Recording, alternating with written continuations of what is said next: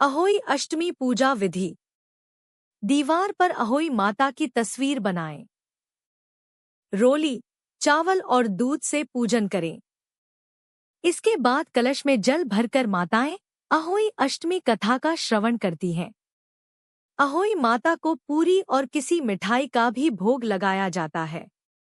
इसके बाद रात में तारे को अर्घ्य देकर संतान की लंबी उम्र और सुखदायी जीवन की कामना करने के बाद अन्न ग्रहण करती हैं। इस व्रत में सास या घर की बुजुर्ग महिला को भी उपहार के तौर पर कपड़े आदि दिए जाते हैं।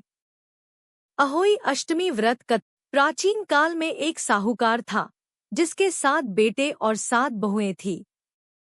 इस साहूकार की एक बेटी भी थी जो दीपावली में ससुराल से मायके आई थी।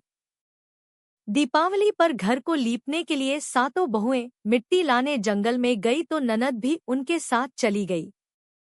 दीपावली से पहले कार्तिक बदी अष्टमी को 7 बहुएं अपनी इकलौती नंद के साथ जंगल में मिट्टी लेने गई, जहां से वे मिट्टी खोद रही थी। वहीं पर स्याऊत सह की मांद थी। मिट्टी खोदते समय ननद के हाथ से सेही का बच्चा मर गया। इससे क्रोध में आकर स्याऊ माता ने ननद से कहा कि अब मैं तेरी कोख बांधूंगी। तब ननंद अपनी 7 भाभियों से प्रार्थना की कि तुम में से कोई मेरे बदले अपनी कोख बंधवा ले। सभी भाभियों ने अपनी कोख बंधवाने से मान कर दिया, लेकिन छोटी भाभी सोचने लगी, अगर मैं कोख न बंधाऊंगी तो सासू जी नाराज होंगी। ऐसा विचार कर ननंद के बदले छोटी भाभी ने अपने को बंधा ली। उसके बाद जब उसे जो बच्चा होता वह 7 दिन बाद मर जाता। एक दिन साहूकार की स्त्री ने पंडित जी को बुलाकर पूछा कि क्या बात है, मेरी इस बहू की संतान 7वें दिन क्यों मर जाती है। तब पंडित जी ने बहू से कहा कि तुम काली सुरही गाय की पूजा किया करो। उन्होंने बताया कि दरअसल काली गाय स्याऊ माता की भाईली है, वह तेरी कोख छोड़े तो तेरा बच्चा जिएगा। छोटी बहू ने पूरी लगन से गाय की सेवा की। एक दिन गौ माता बोली कि मेरे जागने से पहले कोई रोज मेरी सफाई कर जाता है, सो आज देखूंगी।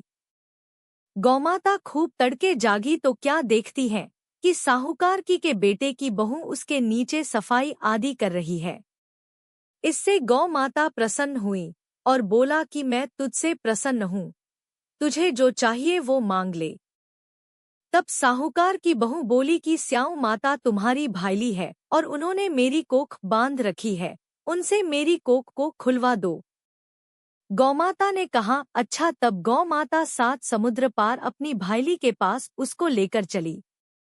रास्ते में कड़ी धूप थी, इसलिए दोनों एक पेड़ के नीचे बैठ गई। इतने में वहां एक सांप दिखाई दिया। उसी पेड़ पर गरुड़ पंखनी के बच्चे थे। सांप गरुड़ पंखनी के बच्चों को मारने लगा।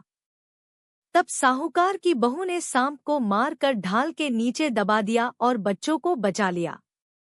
थोड़ी देर में गरुड़ पंखनी आई तो वहां खून पड़ा देखकर साहूकार की बहू को चोंच मारने लगी।